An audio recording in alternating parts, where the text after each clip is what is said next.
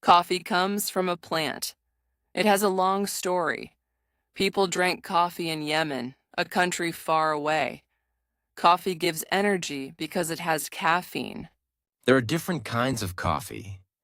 Some have caffeine, some do not. Both are popular. There are also other drinks like coffee, but they taste different. Coffee is made from the seeds of cherries. The cherries come from the coffee plant, and these seeds are called beans. The seeds are green before they are roasted. When you roast them, they turn brown. This is important because roasting gives coffee its flavor. Roasting happens in special machines that use heat to make the beans ready for drinking. After roasting, the coffee beans are ground down. This makes it easier to brew the coffee. You can grind beans with a machine or by hand. The way you grind the beans can change the taste. Next, the ground beans are used to make the coffee drink. Hot water is added to the ground beans. This is called brewing. Brewing helps to bring out the flavors in the coffee. Coffee has a long history. It started with the Sufis in Yemen in the 15th century, where coffee was used to keep them awake during prayers. This is important because coffee's history is linked to this region, around the Red Sea. It was not just a drink, but part of their traditions. This was the first step for coffee to become famous around the world. Then, coffee spread to other places. First, it went to Java and then to the Americas. As trading grew, coffee's popularity grew too, and it became a big trade item. This trade made coffee a global drink. The spread of coffee was helped by its appearance in these new areas, making it known and loved by many people. Coffee continued to grow in popularity due to trade routes. These routes were very important because they helped move coffee from one place to another. Trade in coffee created new opportunities for people and markets expanded. With its spread, different countries began to grow coffee, making it a major part of their economies.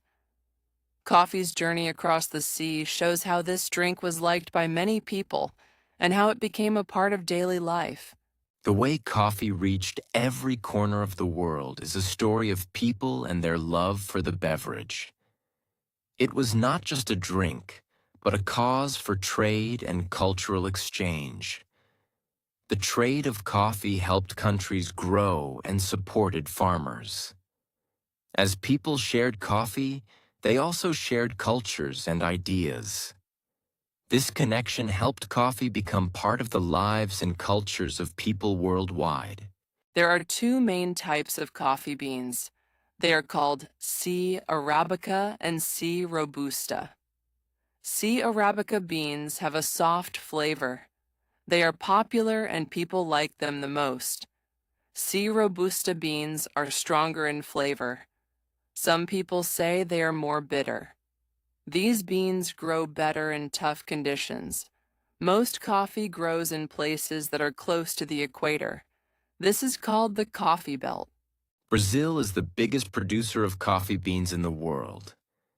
It makes about a third of all the coffee we drink. Vietnam is also important for coffee.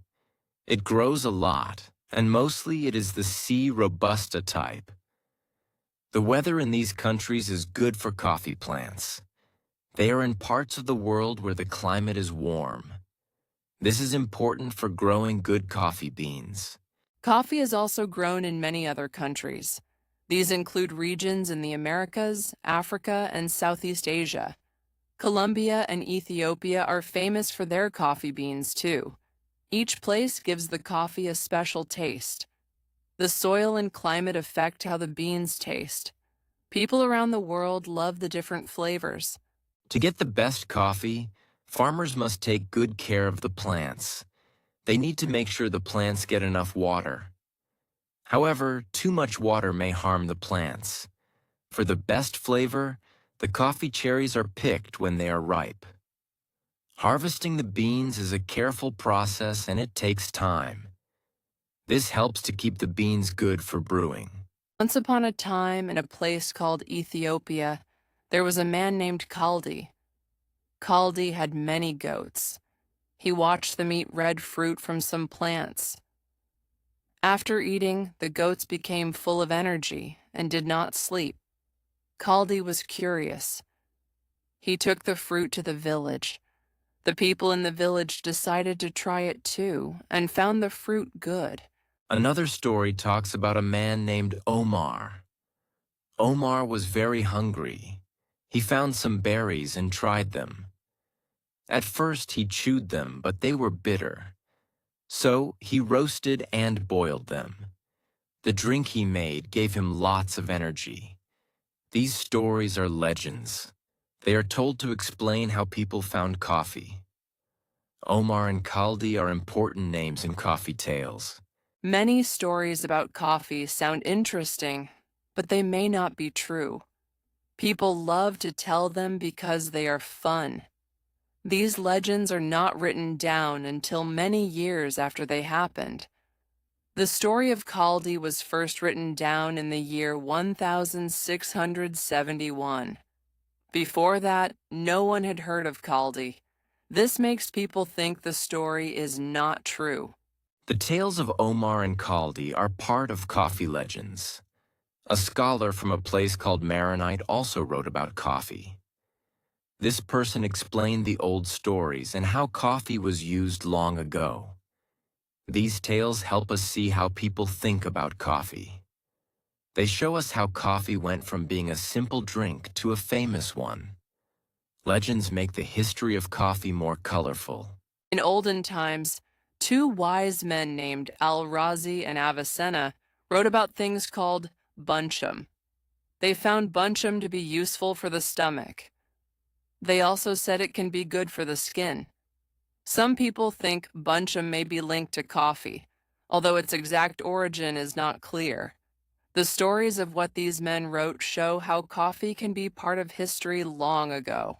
In different times, people shared stories about coffee. In Ottoman Iraq, a person named Abd al-Qadir al-Jaziri wrote much about coffee in 1587. He explained how coffee started and the questions people had. These questions were about whether coffee was good to drink. His work helped us learn more about early coffee history. This shows that coffee was well known even back then in many places. Coffee had its own journey beyond Iraq. It went to a place called Cairo. This was around the 16th century. The people in Cairo started to like coffee. They were interested in how coffee helped them stay awake. This was important for them during their prayers. So the drink became a part of life there. The spread shows coffee's growing popularity among different people. In distant lands, as coffee moved, there were still stories and questions about it. People in different parts were curious. In some places, they even debated if it was okay to drink coffee.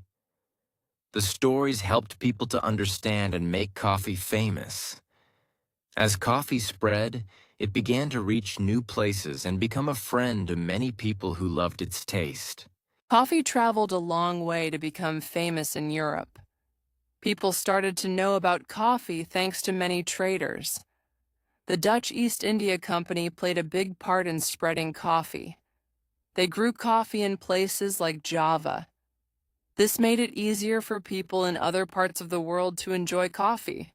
Coffee became a new and exciting drink for many. The first coffee house in Europe opened in Venice. This was a special place where people came to drink coffee and talk. These coffee houses became popular in big cities and changed how people spent their time. Soon, coffee was not just a drink, but a part of life. As coffee culture spread, it influenced how people met and shared ideas, making it special everywhere. People loved the idea of sitting together, drinking coffee and talking. This was new and exciting. Coffee became more than just a drink. It became part of culture. It crossed many borders and reached many places. Each place gave coffee its own style and taste. This is how coffee connects different cultures and brings people together, making it a universal favorite everywhere it goes. Coffee houses became gathering spots for people to discuss topics, share stories, and enjoy each other's company. As coffee traveled around the world, it gave birth to different styles of preparation and serving. Today, each region celebrates coffee in its own way. From a simple brew in Italy to a strong espresso in America, coffee culture continues to grow, reflecting diverse communities. If you enjoyed learning about coffee today, please like our podcast and leave a comment below. We love hearing what you think. Your support helps us keep sharing more stories about amazing topics like coffee.